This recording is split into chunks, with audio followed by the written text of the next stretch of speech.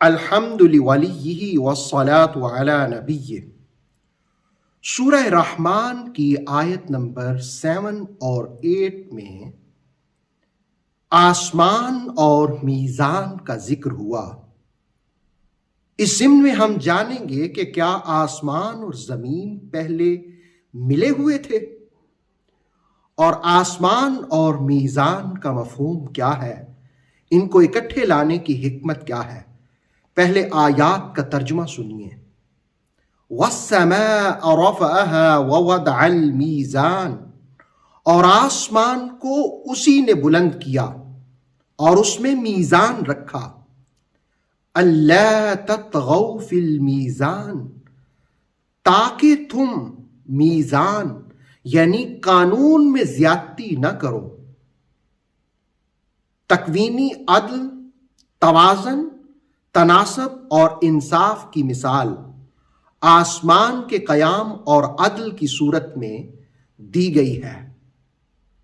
اب آپ دیکھیں کہ توازن اور عدل کے لیے آسمان کا نام پہلے لینے کی حکمت کیا ہے۔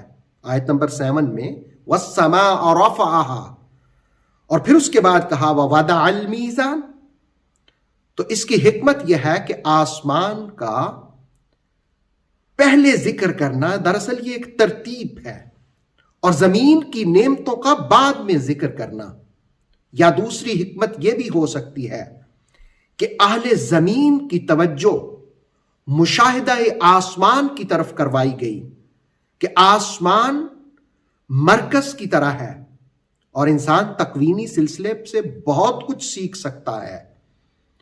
اور علامہ بیضاوی نے اپنی تفسیر میں اور انہی کے حوالے سے مفسر قرآن علامہ سید ریاض حسین شاہ صاحب نے تفسیر تبصرہ میں بیان کیا کہ آسمان کا اونچا ہونا زمین کی نسبت دراصل آسمان کے رتبہ بلند ہونے کی علامت ہے، اور کشاف نے یہ بات لکھی کہ آسمان سے اوامر اور نواہی، احکام اور تقادیر نزول ہوتا ہے ان کا، اس لیے اس کا پہلے تذکرہ کیا گیا ہے۔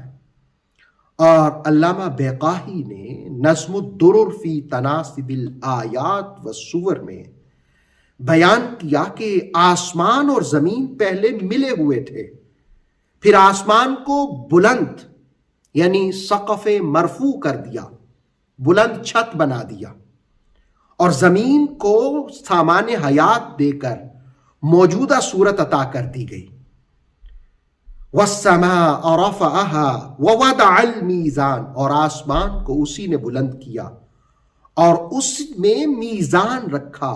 یہ میزان سے مراد کیا ہے؟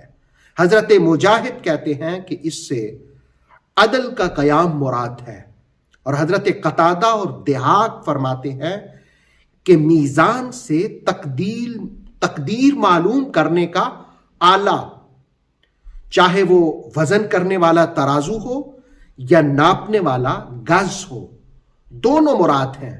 اس کے بعد آیت نمبر 8 میں بیان کیا اللہ تطغوا فی المیزان، تاکہ تم میزان قانون میں زیادتی نہ کرو۔ یہاں اللہ میں ان مصدریہ ہے، یعنی میزان اس لیے قائم کی جائے گی تاکہ تم حق سے تجاوز نہ کرو۔ اور دوسرا مفہوم یہ ہے کہ تم وزن سے تجاوز نہ کرو۔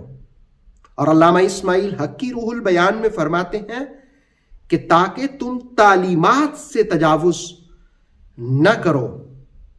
گویا آسمان کی بلندی کا ذکر کر کے، میزان کا ذکر کر کے انسان کو ان آیات سے یہ سمجھایا گیا ہے کہ خدا کی تکوینی سلسلے میں غور و فکر کرو، اس کے ہاں میزان قائم ہوگا، ہر چیز کا وزن کیا جائے گا، تم حدود سے تجاوز نہ کرو، اس کی اطاعت کرو۔ اللہ ہمیں اطاعت کی توفیق عطا فرمائے۔ اوتھینٹک اسلامک نالج کے لیے نور وحی یوٹیوب چینل کو سبسکرائب کیجئے، بیل آئیکن کو بھی لازمی پریس کریں۔ نور وحی کے فیس بک پیج، ٹک ٹاک اور انسٹاگرام کو بھی فالو اور لائک کیجئے تاکہ ہماری ہر نئی آنے والی ویڈیو آپ تک بر وقت پہنچ سکے۔